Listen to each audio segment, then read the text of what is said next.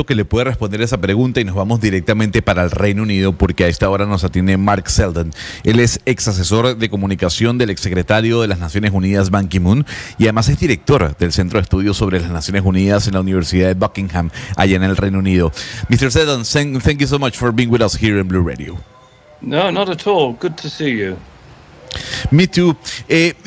Mr. Seddon, the first question is the Security Council voting a mandatory policy that Israel should adopt?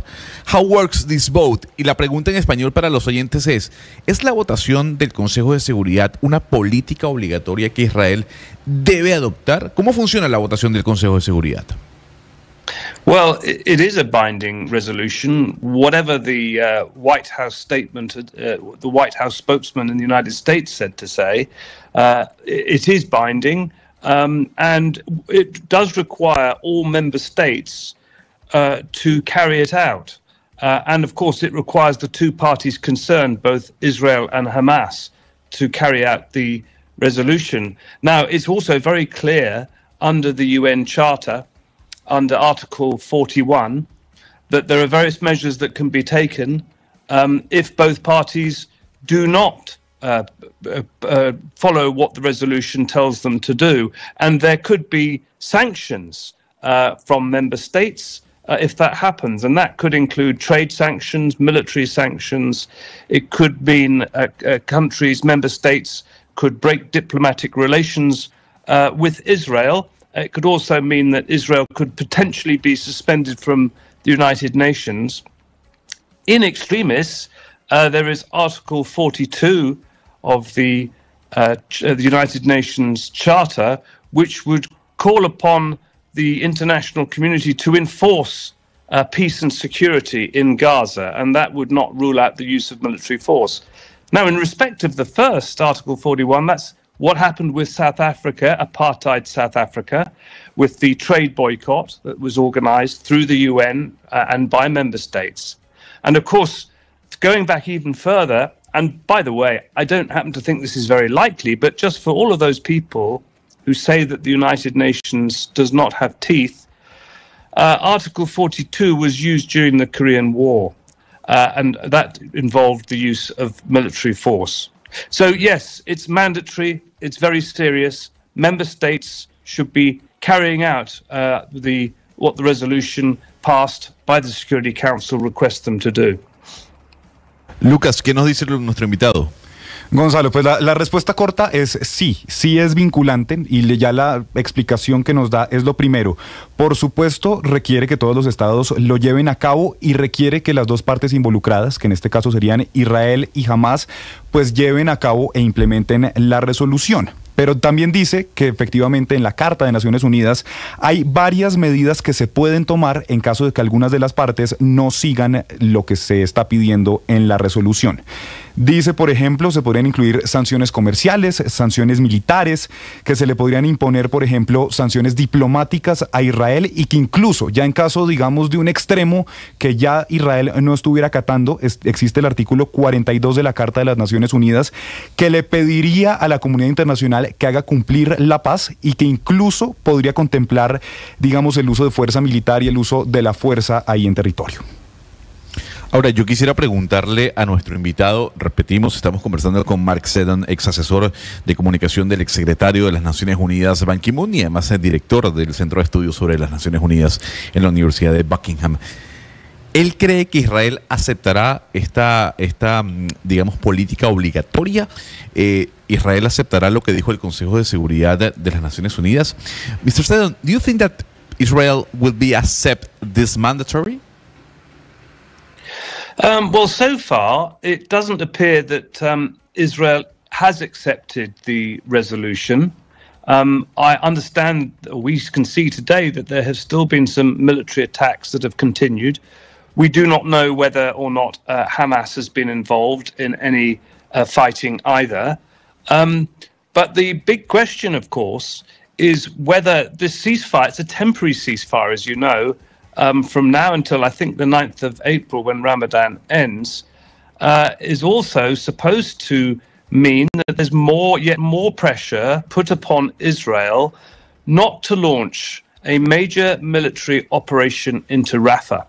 Now, not only has the United Nations Security Council passed this resolution, but the United States, Israel's main military backer, has also drawn a red line over any Israeli military operation in Rafah, not least because there are well over 1.5 million refugees there. Gonzalo nos dice pues que hasta ahora no pareciera, y todo parece indicar que Israel no ha acatado esta resolución, que de hecho hoy y ayer se han podido ver todavía algunos combates y algunos bombardeos, que de la misma forma no sabe si Hamás ha estado involucrado de alguna manera en esto, pero también plantea la pregunta y deja sobre la mesa que tal vez más esto que ser como el alto al fuego que iría hasta el 9 de abril, pone sobre la mesa es que evitaría que Israel lance, lo que hablábamos antes, esa operación militar muy importante en Rafah, que de hecho pues Estados Unidos ayer al no vetar esa resolución lo estaría acatando y que de hecho sí ha trazado esa línea roja de que cualquier operación militar en Rafah pues sería un gran error.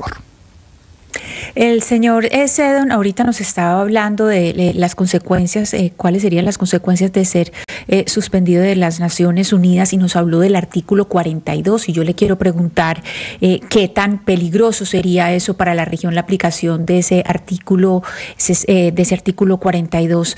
Mr. Seddon, what does it mean exactly to be suspended from the United Nations? And if that happens to Israel, you were talking about Article 42, am I right? 42? If that is applied, how dangerous that is for the security of the whole region? Well, I think that these measures are going to be taken in extremis, the possible suspension or use of peacekeepers to enforce international peace and security in Gaza, which is enshrined in Article 42 of the Charter. But, I mean, clearly right now, Israel and Hamas are required by the resolution to do two things. One is to both commit to a ceasefire, also for Hamas to release the hostages, and for Israel to cease using military force, not least upon civilians. So these are the demands that have come from the United Nations, from the Security Council, enshrined in that resolution, and there will be an expectation that both parties, Israel and Hamas, abide by it. Now, if they don't, that means that there will be more pressure to tighten the measures that could be taken against Israel.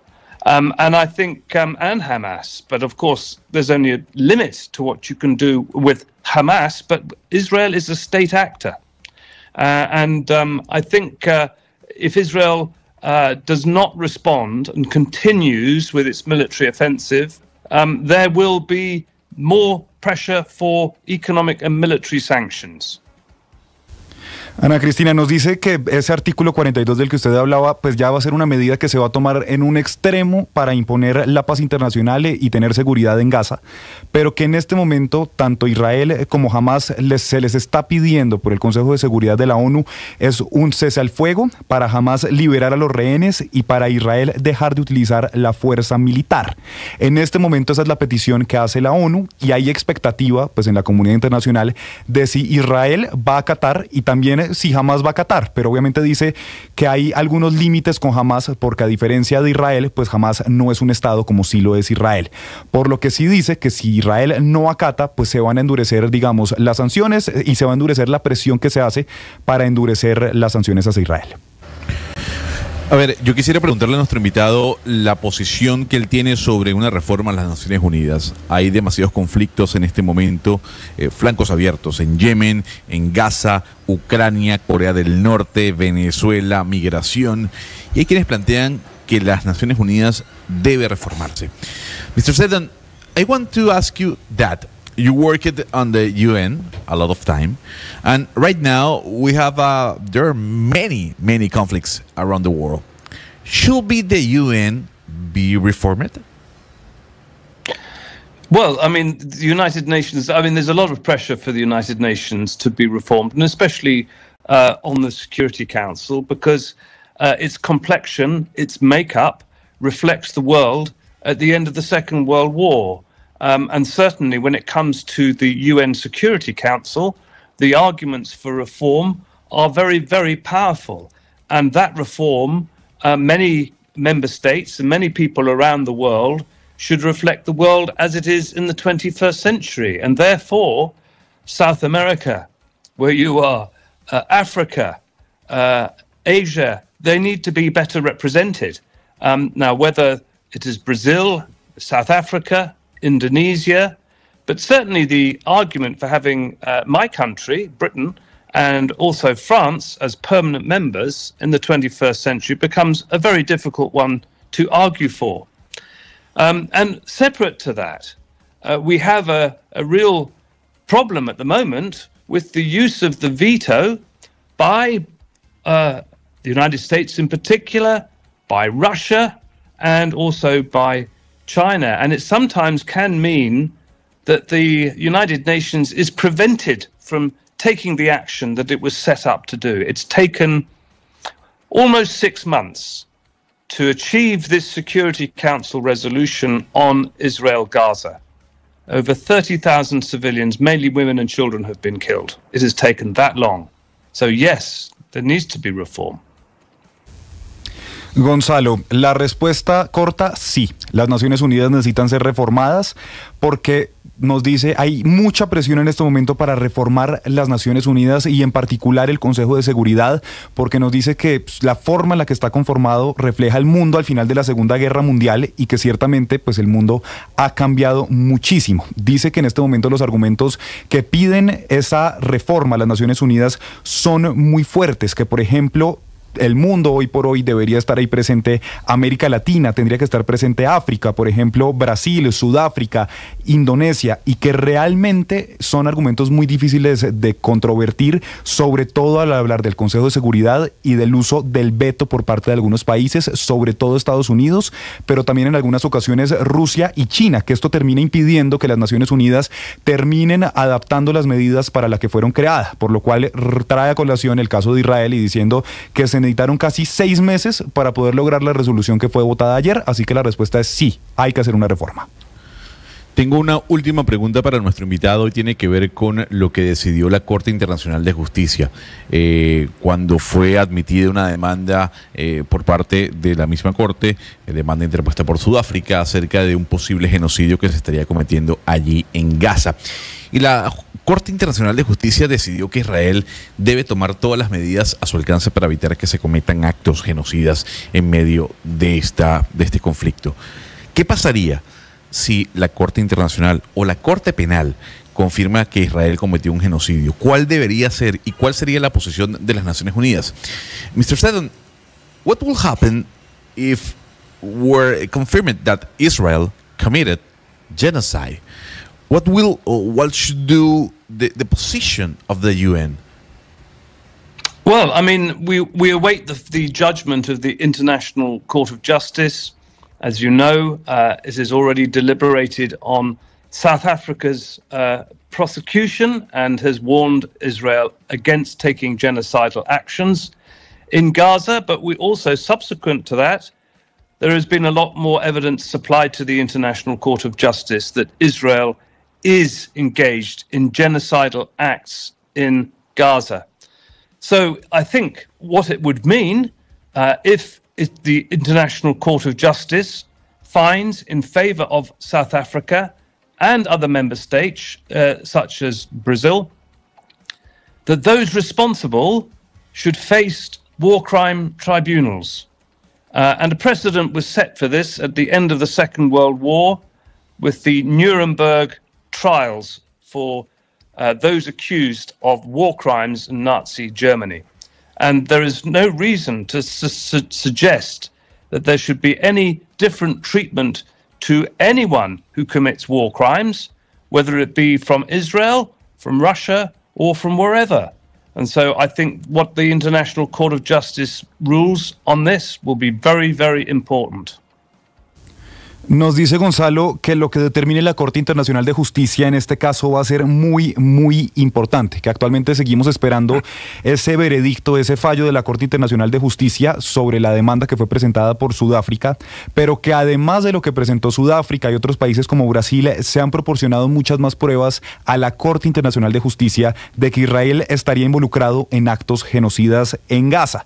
Y nos dice que en caso de que efectivamente la Corte Internacional dictamine que Israel ha cometido actos genocidas en Gaza, pues finalmente van a tener que enfrentarse los responsables a tribunales de crímenes de guerra, como pasó al final de la Segunda Guerra Mundial con los juicios de Nuremberg para los acusados en ese momento de crímenes de guerra y los nazis, y que en este momento nos dice que no debería haber ninguna razón para creer que, digamos, el trato o el juicio que tengan estas personas sea algo diferente a lo que ocurrió en la Segunda Guerra Mundial. Mr. Seddon, thank you so much for being with us here in Blu Radio Colombia. Thank you very much, and thank you for your brilliant translation. It's much appreciated. Thank you. Thank you, Mr. Seddon. Ahí está Lucas, ¿no? Sí, Grande la traducción. O sea, lo felicitaron y todo, ¿no? Bueno, muy bien, aquí haciendo el esfuerzo. No, es que es difícil, ¿no? Muy bien. Sí. Sebastián, ¿cómo ve a Lucas ahí haciendo porque la es que más traducción, ¿no? yo le cuento algo. Hay veces que él está oyendo y se me olvida que él está oyendo y yo le empiezo a hablar y me mira con cara de, porfa, cállese la boca, por favor. Se me olvida, perdón, Lucas. Pero sí, esa tarea de ir oyendo, porque él no es traductor profesional, pero ya casi es complicadísima. Pero bueno, ahí tiene la respuesta, Ana Cristina, ¿no? Según lo que dijo nuestro invitado, que repetido para los oyentes que no escucharon el comienzo de la entrevista, fue asesor de comunicaciones de Ban Ki-moon y además dirige el Centro de Estudios de las Naciones Unidas o sobre las Naciones Unidas en la Universidad de Buckingham, ¿no? Israel debe cumplir. Si no cumple, habrán sanciones. La pregunta es, a Netanyahu, viendo como lo hemos visto en su actuar, ¿le importarán esas sanciones?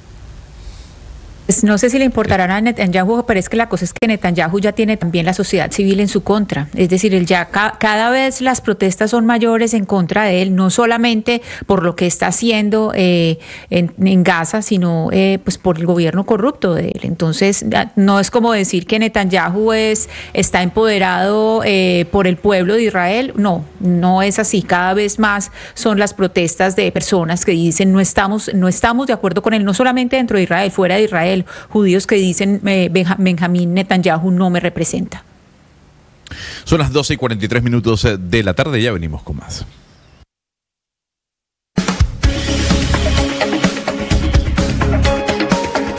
Atención, hay una noticia urgente. Señoras y señores. Tendencia a nivel global. Bienvenida, mil gracias por estar con nosotros hoy aquí en Blu Radio. Usted enfermo por el fútbol y los compañeros de seminario en retiros. Rezando rosario y yo.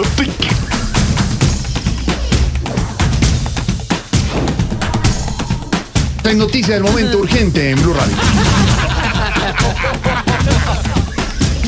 Blu, más que radio.